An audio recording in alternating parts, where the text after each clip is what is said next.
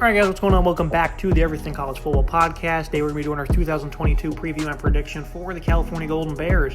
Look at the coaching staff. Justin Wilcox back for his sixth season, 26-28 record overall. Bill Musgrave, his third year as the offensive play caller. And then Peter Sirmon, fifth year on the staff, third year as the defensive coordinator. Cal, as a whole, they only get back 7 starters from a team that was not great a season ago.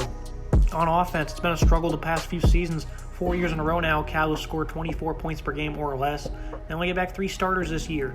Chase Garbers is gone, but Jack Plummer, a distributor from Purdue, learned the offense fast. I think he's certainly going to be the starter. One of the top impact transfer quarterbacks, I think, for sure. 3,400 yards, 26 touchdowns in parts of 3 seasons at Purdue. The Boilermakers operated mainly a 2-quarterback system. Him and Aiden O'Connell split time tremendously over the past couple seasons. Plummer, plenty of experience, understands a lot of concepts. He knows how to move fast, so a big-time addition, I think, for Cal in this offense. Kai Milner, fellow Gilbert, Arizona native, athletic, quick release, good accuracy on the plane. He'll be the backup this year, but if they need to rush him into action, I think they like what they have. Of course, he's very inexperienced, but he's got some nice raw talent they can work with. 164 yards per game on the ground last season. That's the most in a year under Wilcox, so they certainly made some progression in that category. Damian Moore, 220-pounder, big, physical, thick back, 518 yards and 6 scores a season ago. Christopher Brooks departs, but again, a similar back in terms of style. Replaces him. Moore is going to take on the duty of number 1 back. Jaden Ott, though, they don't really have much pop in the backfield. I think this is where he comes to the rescue in this area. Former 4-star, highest incoming recruit in their class. I think he's the only 4-star they landed. He can catch very well, runs with authority, quick burst. I really like Jaden Ott as a player. We'll see what happens. When you get a guy like this, you got to get him on the field early and often, so Ott, I think he'll certainly make an impact because they kind of need it. Even though they certainly progressed on the ground last year, there's no promises considering how bad the offense has been really for the last couple of years. There's no promises. I think you got to get your best players on the field no matter how young they are. The receiving group, they lose 5 of the top 6 pass catchers. Jeremiah Hunter, the lone returner, 18 grabs, 322 yards season ago. J. Michael Sturvanet, top-ranked recruit in last year's class. He's a long-strided runner, great speed. He also has that frame to win outside, nice leaping ability. I think that's certainly going to be a breakout player for Cal on the offensive side of the ball. Him and Jaden Ott circling those two as players that emerge as potential stars here this fall. Maven Anderson, he's also expected to start. A lot of inexperience in this receiving core. Mason Starling, a transfer they picked up. Justin Richard Baker might see some time in the lineup. Overall, I'm not really sure how to feel about this offense. Right now, you have 2 freshmen, redshirt freshmen, that is, slated to start. So a lot of inexperience, not much production. There's certainly some nice talent they have here on offense. The offensive line, I thought they were quite sturdy last year. I don't think they were too terrible. I don't think they were too great either. Ben Coleman's back at left tackle, 6'4", 325. Center Matthew Cindric, 2 notable returnees from last year. I think the offense will be its best since 2017. Of course, that's not saying much. They've struggled immensely the past 4 years, but I like the addition of Jack Plummer, and I think those 2 guys I just mentioned, in Ott and Michael Sturvadet, will emerge. I like some of the raw talent they have. I think Jack Plummer, though, all around, regardless of who's catching the ball or running the ball, I think that his presence alone is certainly going to boost this offense to more than 24 points per game. I think this will be a really good unit. Don't get too carried away, though, just because I think they'll be the best they've been in numerous years. That's not saying much, but I do think this offense will see some progression despite a lot of losses. Looking at defense, Justin Wilcox's specialty, they replaced 7 starters. 25 sacks last year. Those 4 from the Pac-12. They're just too inconsistent. They had 6 of them against a poor Colorado team that struggled in some of their bigger games. Xavier Carlton, the Utah transfer, 275 pounds. I like the interior defensive line. They have 2 300-plus pounders currently listed as starters. Ethan Saunders is one of them, second on the team in sacks last year. It was only 3.5, but he did have 2 forced fumbles. They have plenty of size, and I do think athleticism is lacking, but some of that size on the interior is certainly going to help. That's certainly a plus to this defensive line that, it wasn't a great unit last year. They do have a handful of guys transfer out. Cam Good, J.H. Tevis, those guys are gone. This pass rush is certainly going to take a hit, but I do like what they have on the interior, at least kind of weather the storm a bit.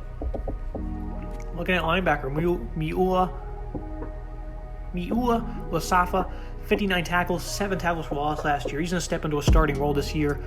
Cal, they also picked up Jackson Sirmon, Peter's son, of course. 90 tackles last year for Washington.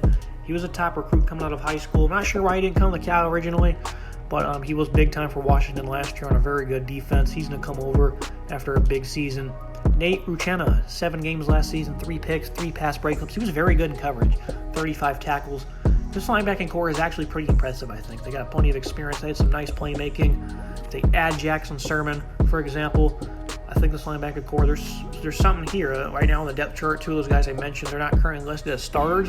But I think come fall, those guys will certainly thrust their way into the lineup for the Bears. Looking at the secondary, they replaced two starters. This unit wasn't as good as I expected in the back end. They rocked out with 5 DBs most of the time. Daniel Scott, he's one of the top in the conference. 82 tackles, 3 picks. Does a good job coming off the edge as a tackler. He's quite rangy in coverage. I think he's one of the nation's more underrated safeties. Umanga Hearns, 5'10", 160. He had 10 pass breakups last year. Plenty of athleticism. He was certainly a breakout corner for them. Secondary, I think they have some room to grow because I was not very thrilled with them last year. I thought this would be a much better defensive secondary than it was. Colin Gamble, he's going to slide in at corner, and Craig Woodson, 2 juniors, they're going to slide in here to the starting lineup. But again, the unit was kind of a struggle considering that Elijah Hicks, Josh Drayton back. They had a lot of seniors, a lot of leadership back there. They did not perform as well as I would have thought. From a playmaking standpoint either, the DBs, they only combined for 8 of the team's 13 interceptions, which isn't a bad number. It's pretty good, but I thought this defense all around would have been a lot better, and it started with them. It wasn't a bad defense, though. Just I thought the secondary would be better. Justin Wilcox, every year, this defense seems to be booming regardless of who's there, but they do lose a lot. Looking at the schedule and the prediction, I'm really not sure if this will be a 6-win worthy team, but the schedule aligns for them to do so. And Wilcox, again, is a defensive master. They've allowed 23 points per game or less on 3 of the last 4 years. You look at UC Davis, UNLV, 3 wins. I think they'll beat Arizona at home. An interesting Arizona team this year. I did my preview on them a little bit back. At Colorado, I think, is a win. Washington, a lot of uncertainty there. They lose a lot on a great defense. Their offense was very poor. The back end of the schedule not as favorable, though. The only win I see them picking up at home against Stanford, Oregon State, USC, UCLA. I think they're all losses in an early season non-conference showdown at Notre Dame as well. 6-6 is the final record. I don't think this will be a 6-win team, but the schedule I think is pretty favorable, so that's why you get that. I do think the offense will be its best it's had in numerous years, just because Jack Plummer is going to be that impactful, and I like some of the young guys I got there as well. And I don't expect too much of a fall off on the defense. They do lose 7 starters. I don't think they're going to see them allow 30 points per game or anything like that. Maybe 24, 25, a slight fallback. Maybe they're a little worse on 3rd downs. I think the pass rush will be a little bit worse than it was last year as well, but all around, Cal, I don't expect too much of a fall-off. Don't expect too much of an improvement either. I think 6-6 is a solid mark for this team. I wouldn't be shocked if it's a lot less, though. That's going to be it for today's episode, guys. Make sure you like, subscribe, comment. See you next time.